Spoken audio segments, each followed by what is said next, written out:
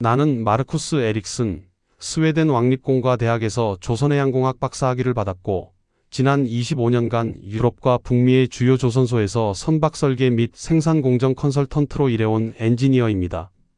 우리 집 거실 벽에는 오래된 흑백 사진이 걸려 있습니다. 1960년대 푸켓을 가르던 거대한 유조선 앞에서 웃고 있는 할아버지의 모습. 우리 가문은 3대째 배와 함께 살아왔습니다. 그 시절 유럽은 세계 조선업의 중심이었습니다. 스웨덴의 말메, 영국의 글래스고, 독일의 함부르크에서는 매일같이 새로운 배들이 진수되며 대서양을 누볐습니다. 하지만 내가 대학원을 졸업할 무렵 이미 유럽의 조선소들은 하나둘씩 문을 닫기 시작했습니다. 아버지가 평생을 바쳤던 예태보리의 조선소는 2000년대 초반 완전히 폐쇄되었고, 그곳에서 일하던 2000여 명의 숙련공들은 뿔뿔이 흩어졌습니다.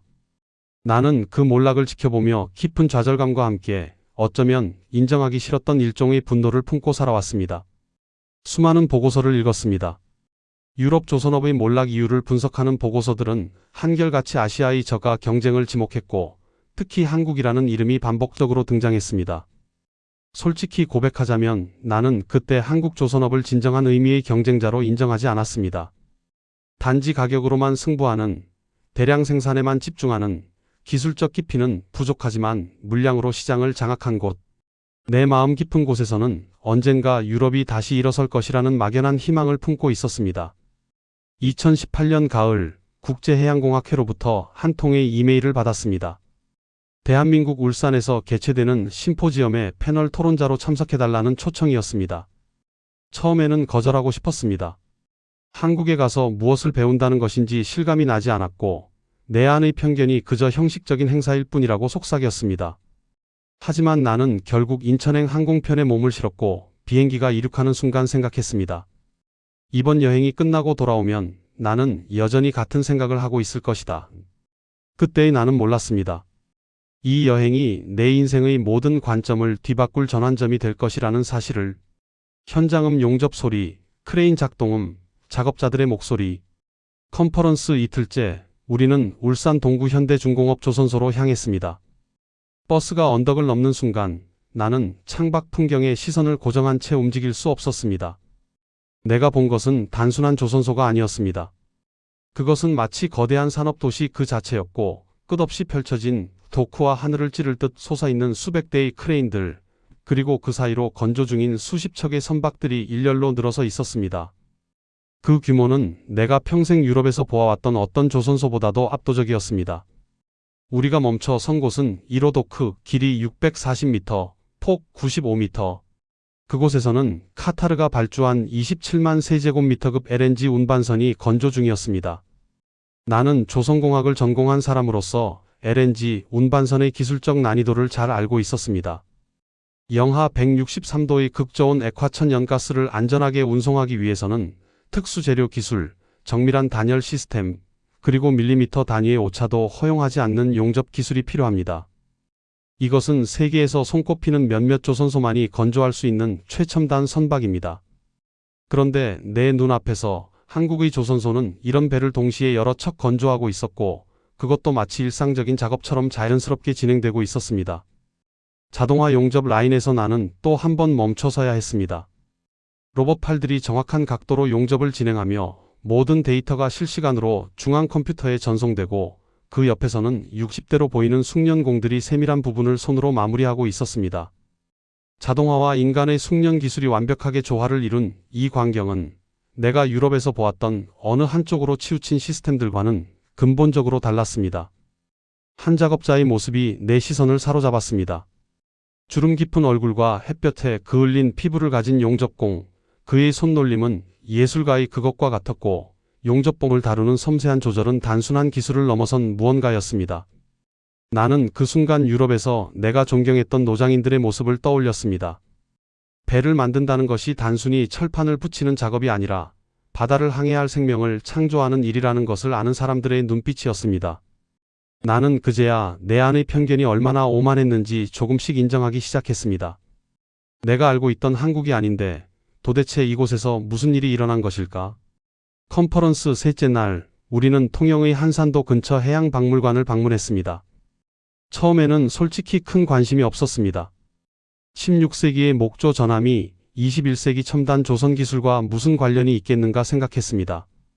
하지만 현지 해양공학 교수의 설명을 들으면서 나는 점점 더 깊은 곳으로 빨려 들어갔습니다. 이 거북선은 1592년에 설계되었지만 그 안에는 현대조선공학의 핵심 원리들이 이미 존재합니다. 철갑으로 덮인 상판 구조는 오늘날 군함의 장갑판 개념과 동일하며 배의 무게중심을 낮춰 안정성을 확보한 설계는 현대 선박의 보골력 이론과 일치하고 좌우 현에 배치된 화포의 위치는 정확한 평형 계산을 통해 결정되었습니다. 나는 머릿속이 복잡해지기 시작했습니다. 16세기에 컴퓨터도 없고 현대적 유체역학 이론도 정립되지 않았던 시절에 어떻게 이런 정교한 설계가 가능했단 말입니까? 교수는 계속했습니다. 더 놀라운 것은 판옥선입니다. 평저선, 즉 평평한 바닥을 가진 이 구조는 서양의 첨저선과는 완전히 다른 개념입니다. 수심이 얕은 연안에서 기동성이 뛰어나고 대량의 병력과 물자를 실을 수 있습니다.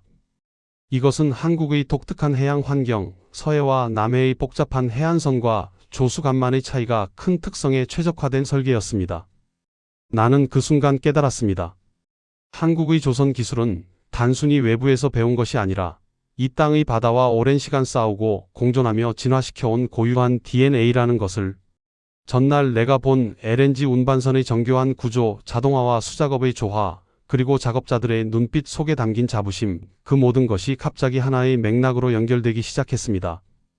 이것은 20세기 후반에 갑자기 나타난 산업이 아니었습니다. 이것은 수백 년간 이어져 내려온 기술적 전통과 철학이 현대적 시스템과 만나 꽃피운 결과물이었습니다. 그날 저녁 호텔 방으로 돌아온 나는 한국 조선업의 역사를 더 깊이 조사했습니다. 1970년대 현대 중공업의 창업 스토리, 아무런 기술도 경험도 없이 할 수 있다는 믿음 하나로 시작된 도전, 유럽의 선진 기술을 배우면서도 동시에 자신들만의 방식을 개발해 나간 과정을 읽으며 나는 점점 더 겸손해질 수밖에 없었습니다. 이것은 단순한 경제적 성공 스토리가 아니었습니다. 이것은 한 국가가 자신의 정체성과 생존을 걸고 바다와 맞서온 장대한 서사시였습니다. 컨퍼런스 마지막 날, 나는 개인적으로 조선소를 한 번 더 방문했습니다. 이번에는 배우고자 하는 학생의 마음으로. 안전 책임자 김 부장이라는 분은 이 조선소에서 35년간 일해온 베테랑이었고 그는 나에게 이곳에서 일하는 사람들의 이야기를 들려주기 시작했습니다. 여기 이 용접 라인에서 일하는 박 기능장은 올해 62세입니다. 그분은 18세 때 이 조선소에 입사해서 지금까지 44년간 용접만 해왔고 그분의 손을 거쳐간 선박은 200척이 넘습니다. 그분이 용접한 부분은 단 한 번도 하자가 발생한 적이 없습니다. 우리는 그분을 살아있는 품질 보증서라고 부릅니다. 나는 44년이라는 시간의 무게를 생각했습니다. 한 사람이 평생을 바쳐 하나의 기술을 연마하고 그 기술이 다시 후배들에게 전수되며 그렇게 축적된 노하우가 조선소 전체의 품질 기준이 되는 시스템. 이것은 매뉴얼이나 자동화로는 절대 대체할 수 없는 무형의 자산이었습니다. 김 부장은 계속했습니다. 우리 조선소의 안전사고율은 세계 최저 수준입니다. 우리는 안전을 규칙이 아니라 문화로 만들었기 때문입니다. 작업 전 모든 팀은 안전회의를 하고 선배 기능공들은 후배들의 작업을 지켜보며 위험 요소를 미리 제거하며 무엇보다 빨리 끝내는 것보다 안전하게 끝내는 것을 더 높이 평가합니다. 나는 유럽 조선소의 과거를 떠올렸습니다. 우리도 한때는 그런 문화를 가지고 있었습니다. 하지만 경쟁이 치열해지면서 점점 안전은 뒷전으로 밀렸고 작업자들은 소모품처럼 취급되기 시작했으며 결국 그들은 하나둘씩 이 산업을 떠났습니다. 한국은 그 실수를 반복하지 않았고 오히려 사람을 가장 중요한 자산으로 여기는 철학을 유지했습니다. 점심시간 현장 식당에서 작업자들과 함께 식사를 했습니다. 한 젊은 작업자가 말했습니다.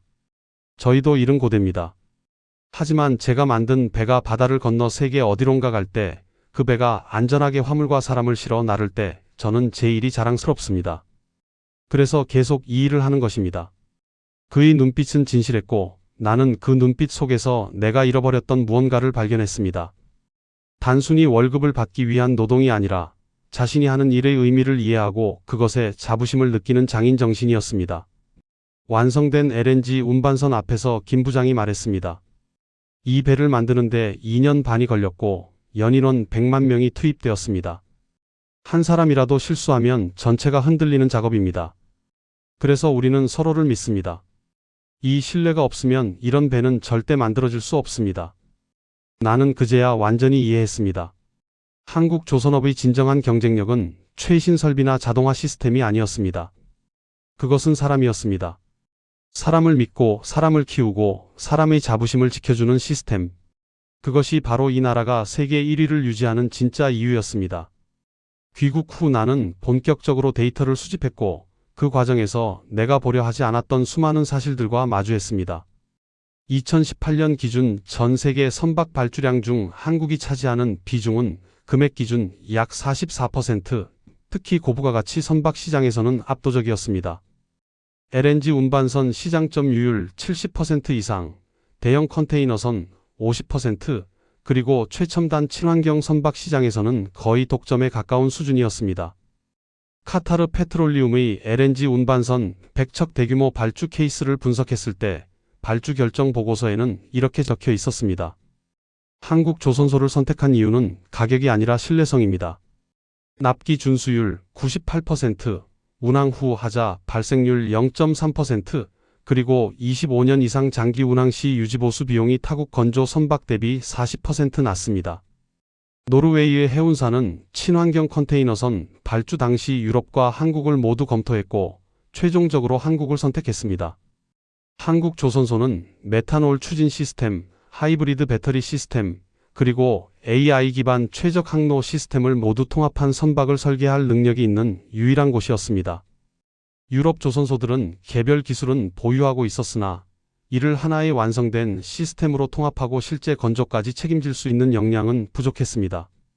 이 문장을 읽으며 나는 뼈아픈 진실을 마주해야 했습니다. 유럽은 여전히 기술의 선두에 있다고 자부했지만 실제로는 조각난 기술들만 가지고 있었고 그것을 완성된 제품으로 만들어내는 통합 능력을 잃어버린 것입니다. 더 놀라운 것은 친환경 선박과 디지털 전환이었습니다.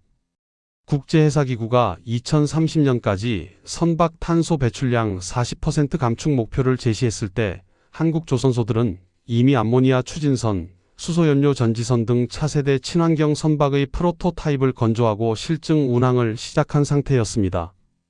한국 조선소들은 이미 디지털 트윈 기술을 전면 도입해서 실제 배를 건조하기 전에 가상공간에서 수천 번의 시뮬레이션을 돌리고 AI가 최적의 건조 순서를 계산하는 시스템을 갖추고 있었습니다. 나는 깨달았습니다. 세계가 한국 조선을 선택하는 이유는 이제 더 이상 가격이 아니었습니다. 그것은 기술, 신뢰, 품질, 그리고 미래를 준비하는 능력이었고 이 모든 것을 갖춘 곳이 바로 한국이었습니다. 한국을 다녀온 지 6개월이 지났습니다. 나는 스톡홀름의 내 작은 사무실에서 다시 컨설팅 일을 하고 있었지만 내 안의 무언가는 완전히 달라져 있었습니다. 클라이언트들에게 보고서를 작성할 때 나는 더 이상 아시아의 저가 공세라는 표현을 쓰지 않았고 대신 한국의 기술적 우위라고 정확하게 명시했습니다. 어떤 클라이언트는 물었습니다. 마르쿠스, 당신이 변했습니다. 예전에는 유럽 조선업의 부활을 강조했는데 나는 솔직하게 대답했습니다. 나는 내 눈으로 봤습니다. 그리고 내 편견이 틀렸다는 것을 인정합니다. 우리가 부활하려면 먼저 현실을 직시해야 합니다. 어느 날 저녁 85세의 아버지와 통화를 했습니다.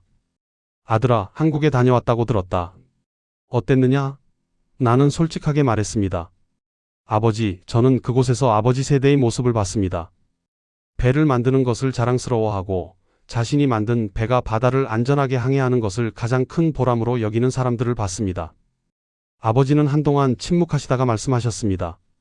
그렇다면 우리가 잃어버린 것이 무엇인지 알겠구나. 우리는 배를 만드는 것을 산업으로만 봤지 더 이상 예술이나 소명으로 보지 않았단다. 그것이 우리가 진 이유일 게야. 나는 내 경험을 유럽해양공학회 저널에 기고했습니다.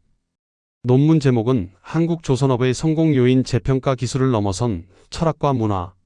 논문에서 나는 솔직하게 고백했습니다. 나는 오랫동안 한국 조선업을 과소평가했습니다. 가격 경쟁력만으로 시장을 장악한 것이라고 오판했습니다. 하지만 직접 현장을 방문하고 그곳 사람들과 대화하며 그들의 역사를 공부한 후 나는 완전히 다른 결론에 도달했습니다. 한국 조선업의 성공은 우연이 아니라 필연이었고 그것은 500년 이상 이어온 해양 기술 전통, 사람을 중심에 두는 경영 철학, 그리고 끊임없이 혁신하려는 도전 정신이 결합된 결과입니다. 2019년 봄, 나는 다시 한국을 방문했습니다.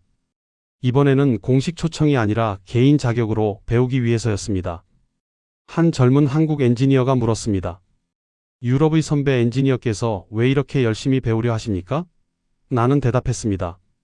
나는 내 자존심 때문에 20년을 허비했습니다. 이제라도 진실을 마주하고 다시 배우고 싶습니다. 그날 밤 울산의 야경을 바라보며 나는 깨달았습니다. 내가 한국에서 발견한 것은 단순히 뛰어난 기술이 아니었습니다. 그것은 일에 대한 태도, 삶에 대한 철학이었고 나이가 들어도 계속 배우고 성장하려는 자세였습니다. 나는 55세의 나이에 내 인생에서 가장 중요한 교훈을 배웠습니다. 진정한 전문가란 자신이 모든 것을 안다고 착각하는 사람이 아니라 자신이 얼마나 모르는지 겸손하게 인정하고 끊임없이 배우려는 사람이라는 것을. 지금 이 이야기를 듣고 계신 여러분 중에는 어쩌면 나와 비슷한 나이대의 분들이 계실 것입니다. 인생의 절반 이상을 살아오며 때로는 이제 배울 것이 없다라고 생각하신 적이 있을지도 모릅니다. 나는 55세의 나이에 20년 넘게 품고 있던 편견을 내려놓고 내가 틀렸음을 인정하며 다시 배우기 시작했습니다. 그 과정은 쉽지 않았습니다. 자존심도 상했고 부끄러웠습니다. 하지만 그 고통 너머에 있던 것은 새로운 세계였고 더 넓은 시야였으며 더 깊은 지혜였습니다. 한국 조선소에서 만난 60대 장인들, 그들은 40년 넘게 같은 일을 해왔지만 여전히 더 완벽한 용접을 위해 매일 배우고 있었습니다. 그들의 눈빛에서 나는 배움의 끝이 없다는 것을, 나이가 들수록 오히려 더 깊은 경지에 도달할 수 있다는 것을 보았습니다. 우리 인생도 배와 같습니다. 배의 용골이 튼튼해야 거친 파도를 견딜 수 있듯 우리 인생의 용골은 배우려는 자세이고 겸손함이며 변화를 두려워하지 않는 용기입니다. 한국의 조선 기술이 500년 전 거북선에서 시작해 오늘날 최첨단 LNG 운반선으로 진화한 것처럼 우리의 지혜와 경험도 시간이 지날수록 더 깊어지고 더 가치 있어집니다. 여러분이 평생 쌓아온 경험은 귀중한 자산입니다. 하지만 그것이 고정된 틀이 되어 새로운 것을 받아들이지 못하게 만든다면 그것은 장애물이 됩니다. 진정한 지혜는 자신이 아는 것과 모르는 것을 구별할 수 있는 능력이고 모르는 것을 배우기 위해 기꺼이 학생이 될 수 있는 용기입니다. 바다는 끊임없이 변합니다. 하지만 훌륭한 선장은 변화하는 바다를 두려워하지 않고 오히려 그 변화를 읽고 항해의 지혜로 삼습니다. 나이가 들수록 우리는 더 훌륭한 선장이 될 수 있고 더 지혜로운 항해를 할 수 있습니다. 나, 마르쿠스 에릭슨은 오늘도 배웁니다. 그리고 내일도 배울 것입니다. 여러분도 함께 하시겠습니까? 나이는 끝이 아니라 새로운 시작입니다. 우리 모두 오늘도 항해를 계속합시다. 감사합니다.